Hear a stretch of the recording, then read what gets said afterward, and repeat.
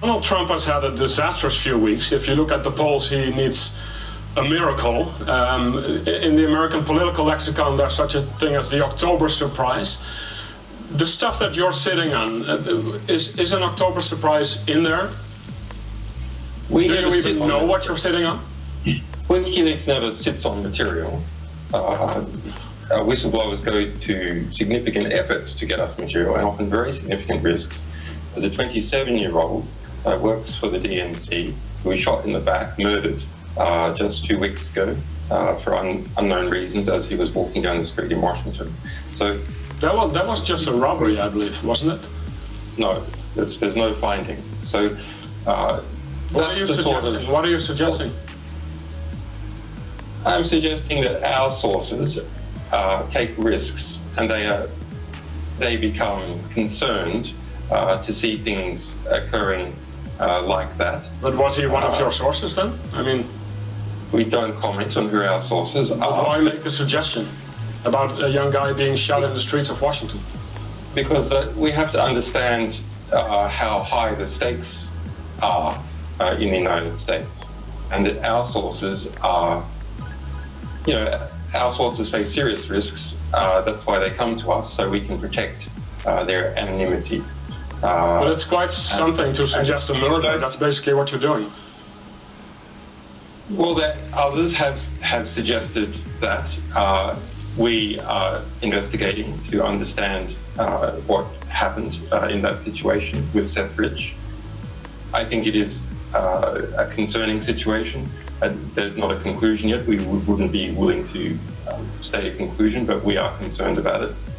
And more importantly, a variety of WikiLeaks sources are concerned when that kind of thing happens.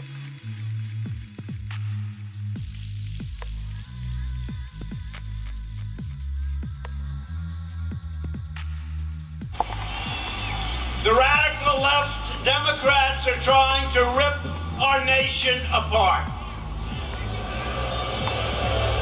First, it was the Russia hoax, total hoax. It was a failed overthrow attempt and the biggest fraud in the history of our country. And then you look, the Mueller deal, you remember that mess? They had nothing.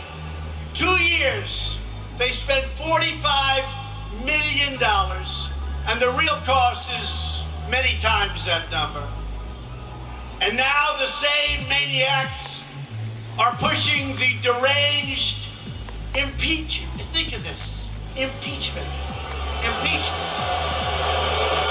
A witch hunt, the same as before, and they're pushing that impeachment witch hunt, and a lot of bad things are happening to them.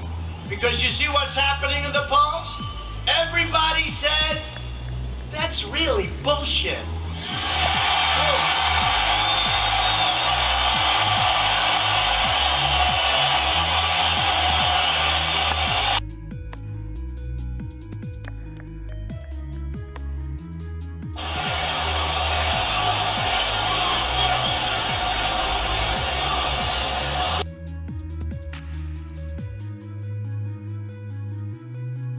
But the lies of the Democrats are being exposed. Their schemes are unraveling. Their crimes, and that's what it is, crimes. Did you ever hear this guy, corrupt politician, Schiff? He made up my statement to the Ukrainian president. He made it up. These are crooked people. But their crimes are being revealed, and their sinister plans are failing at a level that nobody thought even be possible. The radical Democrats are trying to overturn the last election because they know that they cannot win the next election. It's very simple. You know, when I started this,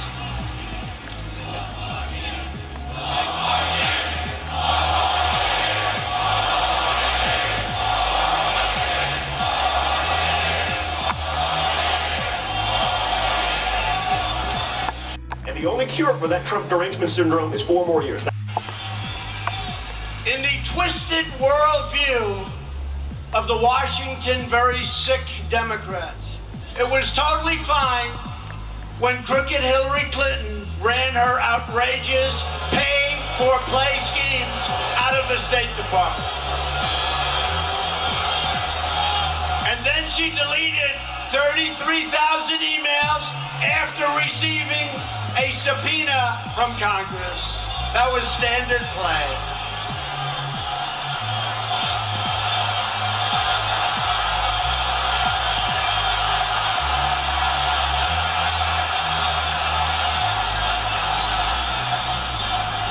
But when I have a perfect phone call, I use that, it's a perfect call. There was a woman today being interviewed. They were talking to women who voted for Trump, and they were trying to find, no.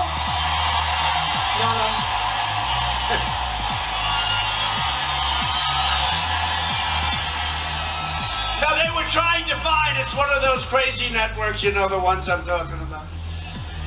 And they couldn't find the right, so they got these 10 women, and they were all for Trump. But they wanted to say, I voted for Trump, but I won't do it again. They said, so who's voting for Trump? 10 hands, blah. Right? No, it's incredible what's happening. It's incredible. They actually said, and I shouldn't say this because they'll bring it up, but we have the greatest base in the history of politics. That's my opinion.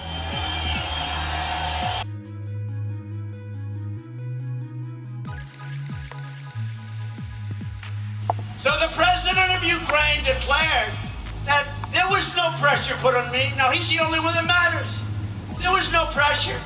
He said it all different ways. There was no pressure. They don't even know what they're talking about. It's a scam. It's a hoax. The Ukrainian foreign minister stated, and I quote, Ambassador Sondland did not tell us, and certainly did not tell me, about a connection between the assistance and the investigations. Never told them. I have never had a direct link between investigations and security assistance. Okay, what that means, you know what it means? It means we did zero, we did nothing wrong. Nothing. We did nothing wrong. A great senator from Wisconsin, Ron Johnson, a supporter of us from day one, he's a great guy, of Ukraine, he said, who met privately with, and he met with President Zelensky, and he said at no time during that meeting was there any mention by the president, you know what I'm talking about, right? At no time was there any mention or anything that they were feeling any pressure in return for military aid. It's the craziest thing. They took this, look, here's what happened. They were devastated by what happened with this Mueller witch hunt deal. And then Mueller testified. How did he do what he testified? How did he do it? Wasn't too good. But they were devastated. They say this is a disaster. Now they say, give us anything, we'll impeach him. Let him go to the refrigerator and pick an orange. We're going to, from Florida yet. Pick an orange from Florida. We're going to impeach him. We'll impeach him. But during the time period at issue, the U.S. government officials held many meetings with Ukraine, and never once, never did Ukraine or the officials say anything that was wrong. And then all of a sudden, I'm hearing about a phone call. And then, fortunately, they had transcribers. Hey, how about if I didn't with these lowlifes that talk, how about if we didn't have it transcribed? So all I'm saying, I don't want to go on it too long, but all I'm saying is that it's a terrible hoax. Last week, Sondland testified that I told him, quote, what do you want from Ukraine? I said, I want nothing. This is a quote. I want no quid pro quo. I want nothing. Tell President Zelensky to do the right thing, to do what he ran on. That's what he said. Okay?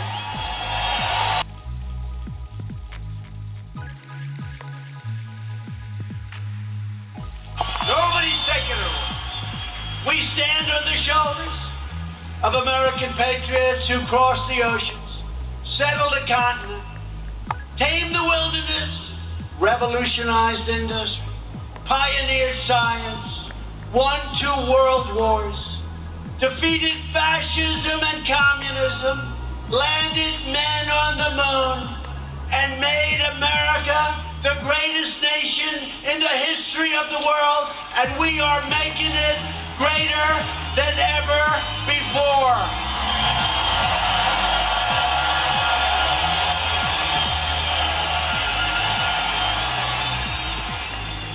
Proud citizens like you help build this country, and together we are taking back our country, and we're taking it back from some very bad people.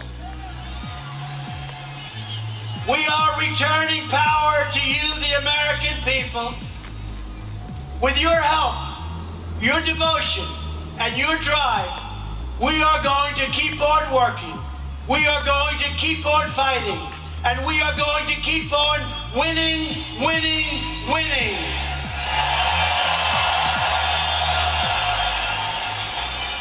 We are one movement, one people, one family, and one glorious nation under God.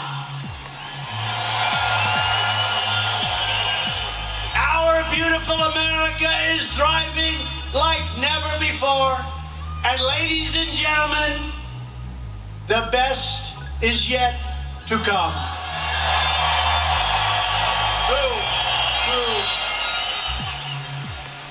We will together make America wealthy again. That's happening. We will make America strong again. That's happening. We will make America proud again. That's happening and has happened. We will make America safe again. And we will make America great again. Thank you, Florida. Thank you very much. Thank you.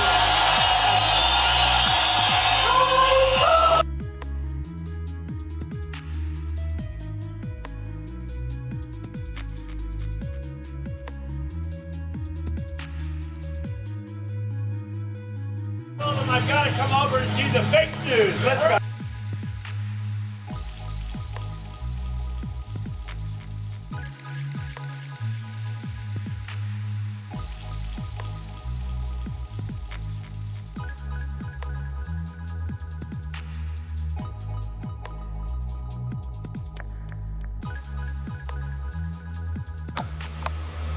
Evening, Mike. Call it operational security, call it secret, but by any definition, the president's visit to Afghanistan was a very welcome surprise for some of the many American troops stationed abroad this Thanksgiving holiday.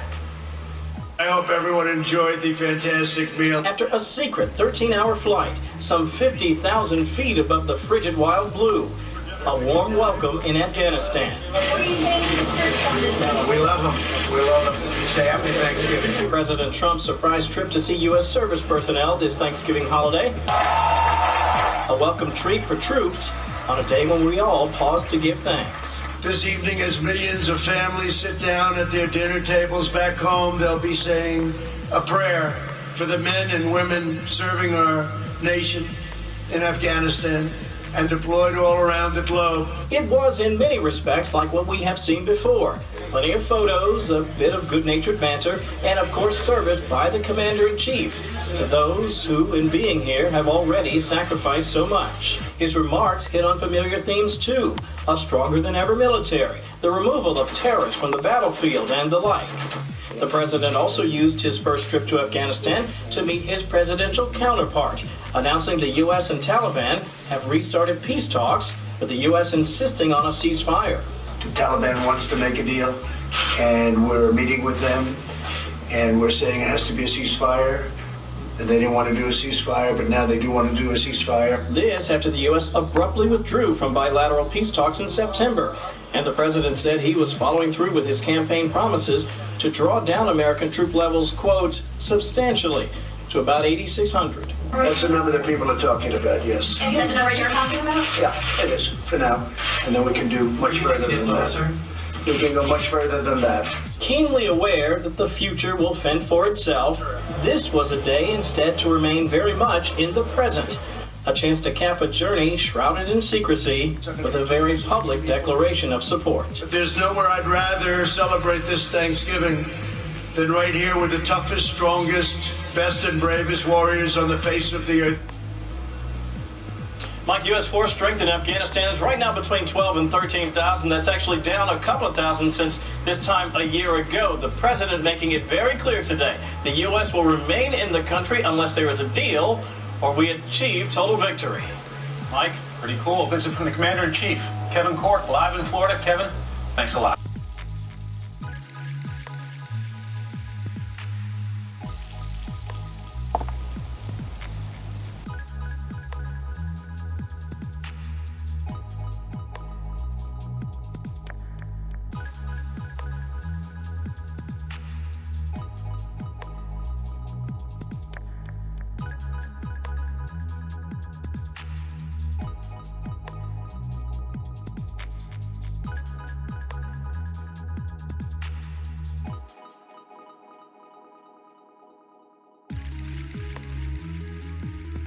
Here, some developments in the latest email drop from this morning. Ed Henry has been digging through these emails. So, Ed, tell us, what have you found?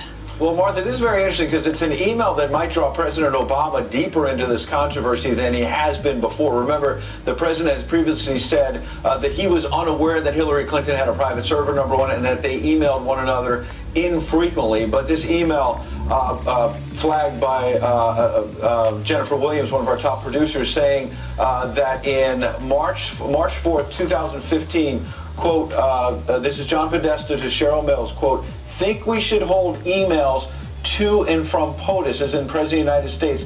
That's the heart of his executive privilege. We could get them to ask for that. That appears to be Republicans. They may not care, but it seems he meant like they will. Why is this important? Well, number one, President Obama has downplayed any emails he had back and forth with Hillary Clinton. But number two, John Podesta writing this to Cheryl Mills, a top Clinton advisor, on March 4th of 2015. What happened on March 3rd, for example? Trey Gowdy sent in a subpoena demanding that Hillary Clinton preserve all her emails. Then on March 4th, the timeline is John Podesta, we now learn in the last few moments, sent this email to Cheryl Mills. What do we do with the emails back and forth between Hillary Clinton and President Obama? Yesterday, we had emails saying on March 20th, there were a series of meetings with Hillary Clinton aides saying, what are we going to do? Let's tell the public that we've turned over all of the work-related emails, which Hillary Clinton has maintained she did. And then, further on the timeline, the FBI investigation, we learn that later in March, after those meetings on March 20th, later in March, thousands of emails were deleted by that IT firm in Colorado that was overseeing the server. A few months later, Hillary Clinton, of course, at that news conference says, I don't know anything about wiping a server, says she's got ignorance to that. What, like with a cloth or something? Well, no. I don't know how it works digitally at all. I do not have any. And I know you want to make a point, and I can just repeat what I have said. In order to be as cooperative as possible, we have turned over the server. They can do whatever they want to with the server to figure out what's there or what's not there. That's for the people investigating it to try to figure out. But we turned over everything that was work-related, every single thing. These people are sick. I want to go back to that timeline. Remember, March 3rd, Trey Gowdy says he's got a subpoena, and he wants her to preserve all these emails. March 4th, we now learn, John Podesta tells Cheryl Mills, what do we do with the emails between Hillary Clinton and President Obama? Then on March 20th, I mentioned all those meetings, March 20th, 2015, among Clinton aides. What was happening on March 20th, 2015? We went back and looked at the news reports. Trey Gowdy had another big step. He was demanding that Hillary Clinton's server be turned over. And one last email that we got yesterday to put all this together. John Podesta, on that same March 20th, 2015, as Trey Gowdy was demanding the server, sent an email to the White House Chief of Staff, Dennis McDonough. We have that email as well, saying, do you have time for a call? Can you speak by phone? They didn't put anything else in writing. We don't know what else happened. But as all this was playing out, why was John Podesta reaching out to the White House Chief of Staff on March 20th, 2015? Well, we got another email saying a couple weeks before that, March 4th, 2015, he and Cheryl Mills were concerned about the emails between Hillary Clinton and the president. All of this onion is being peeled. Very interesting one. Yeah, I mean, it's sort of incomprehensible that there wasn't any email between Hillary Clinton and the president that has turned up in any of these releases of emails that we have seen. And everybody has always had that question. Was he communicating with her? Was there any classified information that flowed between the two of them at any point? And he publicly downplayed all of that. Absolutely. And said very infrequently, and I had no idea that she had a private server, which may be true, but now it looks like John Podesta, at least, the Clinton campaign chairman, was concerned about those emails. And I should add one quick note, which is that he did accurately say maybe they'd be covered by executive privilege because this would be between the president and the Secretary of State. And this email was from Podesta to Cheryl Mills saying, do you think we should hold the emails to and from POTUS? She received immunity, and the computers that they worked on were then scrubbed. And shouldn't we hold the emails FBI while they were publicly saying they've all been turned over? They've all been turned over, but they're saying, do we hold them? All right. Interesting. All right. Lots more to come on this, Ed. Thank you very much.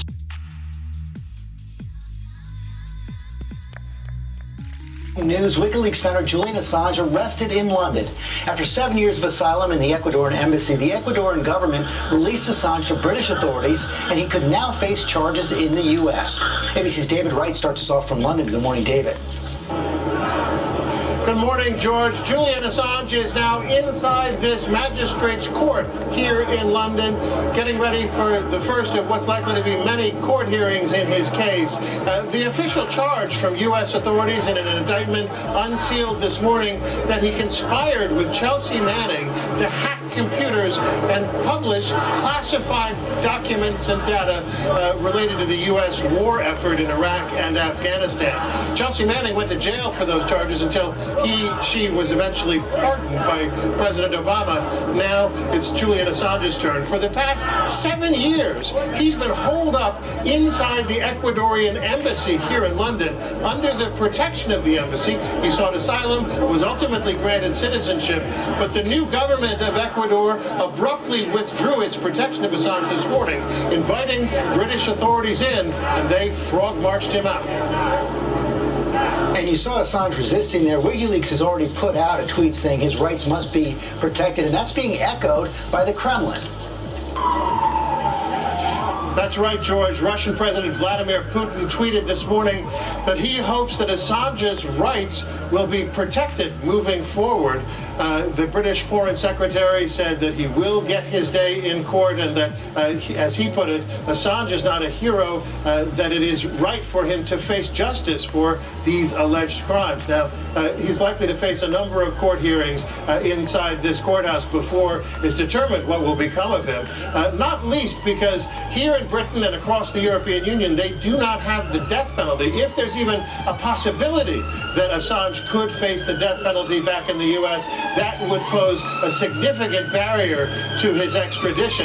In any case, any possible extradition proceeding is also subject to appeal. Appeal not just within the British courts, but also within the European courts of human rights. So it is likely that this process is going to take some time. But today, after 7 long years, this case is now finally moving forward. George?